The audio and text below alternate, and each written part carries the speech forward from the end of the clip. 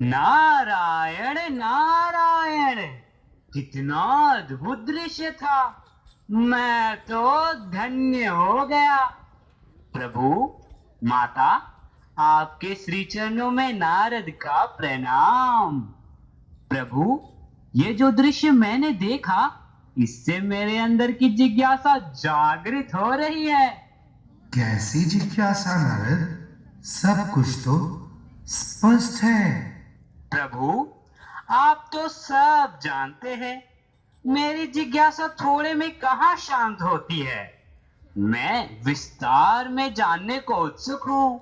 नारायण नारायण। मुनिवर, चिंतित ना हो, आपके सभी प्रश्नों के उत्तर आपको प्राप्त हो जाएंगे। धन्यवाद माते। काली माँ के विषय में तो मैंने सुना है, परंतु श्री महाकाली माँ कौन है?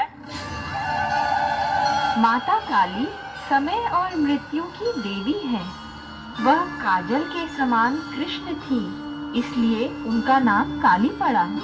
उनका शरीर रात्रि के अंधकार के समान काला है। उनके बाल बिखरे हुए रहते हैं और गले में नर मुंडों की माला है। आंखें पूर्ण क्रोध में लाल रहती हैं और उनकी लाल जीभ बाहर की ओर निकली होती है। यह मेरा अत्यंत शक्तिशाली स्वरूप है। यह रूप अति भयावह है तथा आसुरी शक्तियों का विनाश करता है। ठहरिए माते, आपका यह स्वरूप तो अत्यंत डरावना है। काली माँ का स्वरूप क्या है, तो श्री महाकाली का स्वरूप कैसा होगा? घबराइए मत मुनिवर। जब मैं विराट के बाएं तरफ आती हूँ, तभी मैं महाकाली रूप में विराजती हूँ। इनके दो पक्ष हैं। एक तरफ उनका रौद्र रूप है, तो दूसरी तरफ उनका स्वरूप अत्यंत करुणामय और आनंदमय है।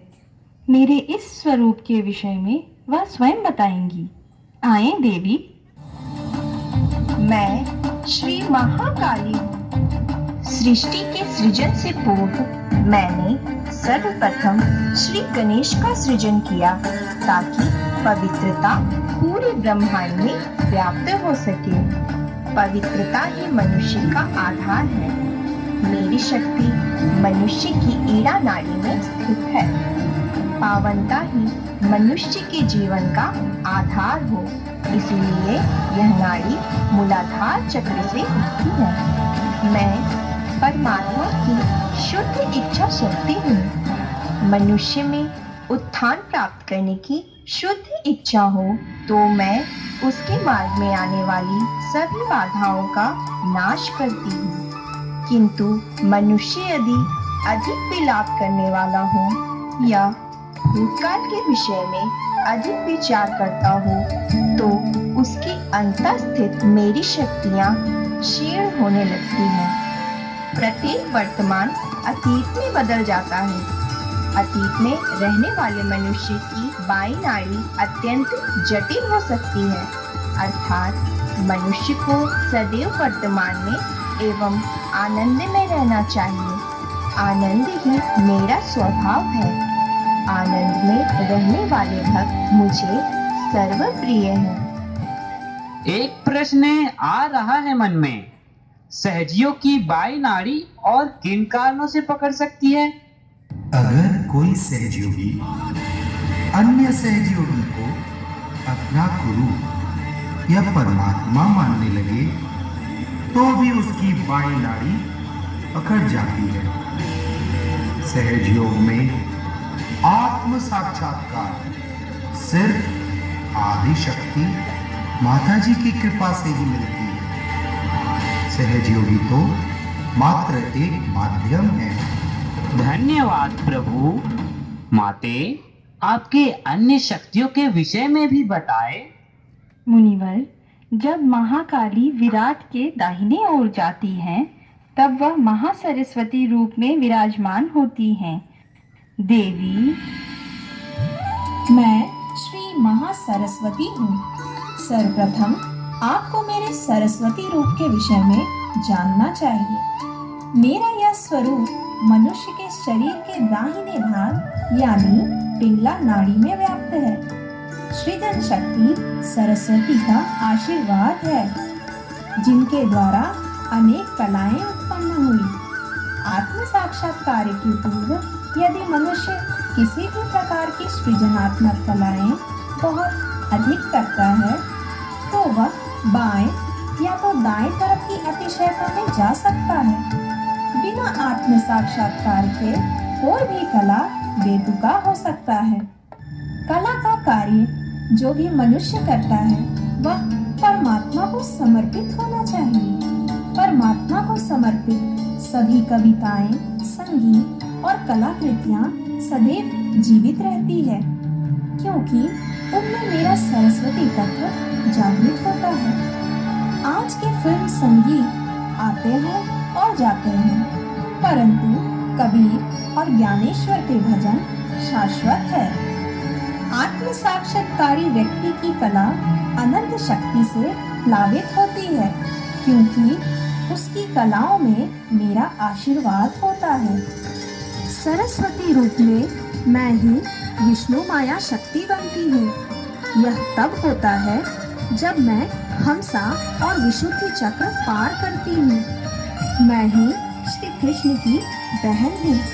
स्वादिष्ठान पर कार्य करके मेरी शक्ति जब बाईं ओर को जाती है तो कला विवेक बढ़ता है। मनुष्य को सरस्वती तत्व से महासरस्वती तत्व की ओर जाना चाहिए। मेरे तत्व की जागृति होने पर मनुष्य चुस्त हो जाता है।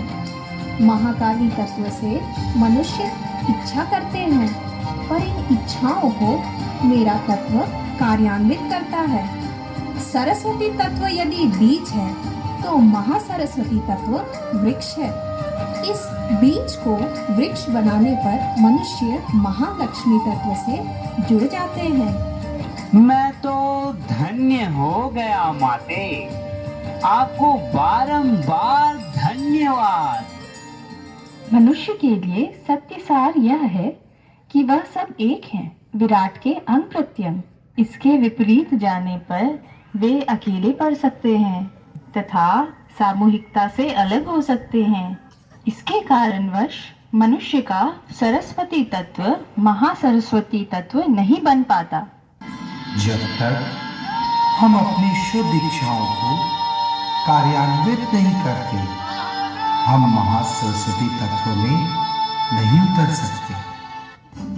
जैसे कि सहज योगियों की इच्छा होती है कि सहजयोग खूब फैले, हम भी सहजयोग फैलाएं, पर इस दिशा में हमने क्या कार्य किया? हमने कितने लोगों को आत्म साक्षात्कार दिया? कितने लोगों से हमने सहयोग की बात की? इस बात पर हमें विचार करनी चाहिए। जब तक हम इसे कार्यान्वित नहीं करेंगे, महासरस्वती तत्व हमारे अंदर जागृत कैसे होगी? नारायण नारायण, देखा आपने कितना सरल है महासरस्वती तत्व को जागृत करना। सहजयोग को जन जन तक फैलाए और इस तत्व की जागृति पाए।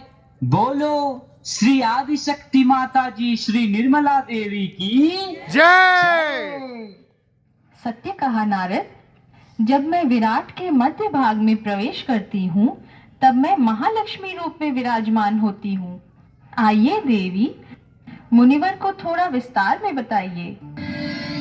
मैं श्री महालक्ष्मी हूँ।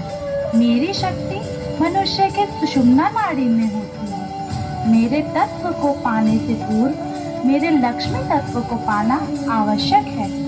पृथ्वी लोक में देवी लक्ष्मी को धन की देवी माना जाता है, परंतु जिसके पास लक्ष्मी है उसे माँ के समान होना आवश्यक है।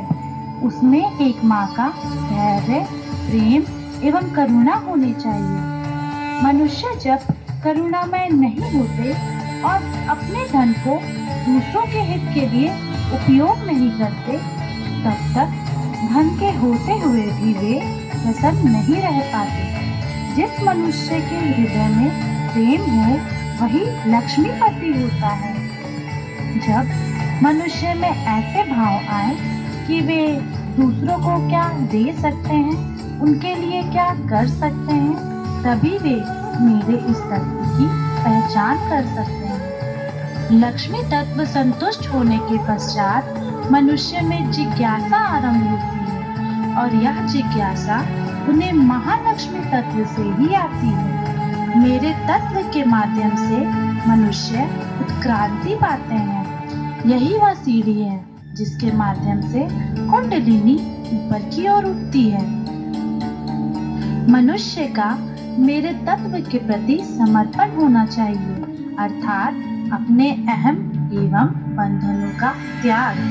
पूर्ण आत्मसंतुष्टि ही मेरा महानतम आशीर्वाद है। मेरे आशीर्वाद से मनुष्य अपनी आत्मा में ही आनंदित रहते हैं। जब यह तत्व मनुष्य के मस्तिष्क में प्रवेश करता है तो विराट की अभिव्यक्ति होती है तथा वे अति सुंदर रूप से सामूहिक हो जाते हैं। सुषुम्ना नाड़ी प्रेम एवं करुणा का मार्ग है। प्रेम एवं करुणा के माध्यम से मैं ही यह मार्ग बनाती हूँ, क्योंकि मार्ग ना खुला होगा तो कुंडलिनी माँ उठ ना सकेंगी। अंततः जब मनुष्य की जिज्ञासा जागृत हो जाती है तब उनमें महालक्ष्मी तत्व भी जागृत हो जाता है। धन्यवाद माते। माते, क्या ऐसा कोई मंत्र नहीं जिसमें तीनों शक्तियों का प्रादुर्भाव हो? अवश्य है मुनिवर, और उसे मंत्र नहीं महामंत्र कहा जाता है। नारायण नारायण, महामंत्र अर्थात महान मंत्र। मेरी उत्सुकता बढ़ रही है माते, कृपया शीघ्र मुझे इस विषय में बताएं। इस विषय में सहज योगी आपको विस्तार में बताएंगे। धन्य ऊपर जाओ, है स्टेज आप पे, सहजी। स्टेज पे, जय स्टेज श्री पे, माता जी। स्टेज पे। हम जब महामंत्र लेते हैं तब वास्तव में हम आनंद मनाते हैं कि हमें योग की प्राप्ति हुई, और ये सहस्त्रार चक्र के खुलने पर ही हुआ। ये मंत्र 3 भागों में है। पहले भाग में हम कुंडलिनी ऊर्जा की कोमल शक्ति एवं 3 नाड़ियाँ श्री महालक्ष्मी, महासरस्वती तथा महाकाली के महत्व का आनंद उठाते हैं। दूसरे भाग में हम चक्रपद श्री कल्की की भूमिका को स्वीकार करते हैं। तीसरे भाग में हम जन्म और मृत्यु से मुक्ति का जश्न मनाते हैं, जो कि हमें तब प्राप्त होता है जब कुंडलिनी सहस्त्रार चक्र के 1000 पंखुड़ियां वाले कमल को पार करती है। कितने प्रेम से श्री माता जी ने आप लोगों को यह अद्भुत ज्ञान प्रदान किया है। माँ के इस प्रेम के लिए तो देवतागण भी तरसते हैं। किंतु एक प्रश्न आ रहा है मन में। महामंत्र के विषय में तो आपने बता दिया, पर मंत्र की विशेषता क्या है? मंत्र शब्द की वह शक्ति है जो आत्मा को व्यक्त करती है। सहज योग में मंत्रों का उपयोग हमारे सूक्ष्म तंत्र में विभिन्न चक्रों को शुद्ध करने के लिए किया जाता है। ध्यान के दौरान मंत्रों का उपयोग अत्यंत प्रभावी हो सकता है और हमारे सूक्ष्म तंत्र में ठंडी चैतन्य लहरियां उत्पन्न कर सकता है। अत्यंत श्रद्धा पूर्वक एवं हृदय से सम्मान करने पर मंत्र सर्वाधिक कारगर होते हैं तथा अविश्वसनीय परिणाम प्राप्त होते हैं। मंत्र हमारे ध्यान को मजबूती भी प्रदान करते हैं। जय श्री माता जी। धन्यवाद। नारद जी, श्री माँ ने सहजियों को अपने पावन शरीर में धारण किया है। माँ ने इनको वो स्थान दिया है जो कि बड़े बड़े साधु संतों को भी नहीं मिला। आइए हम सब श्री माँ की जय जयकार करें।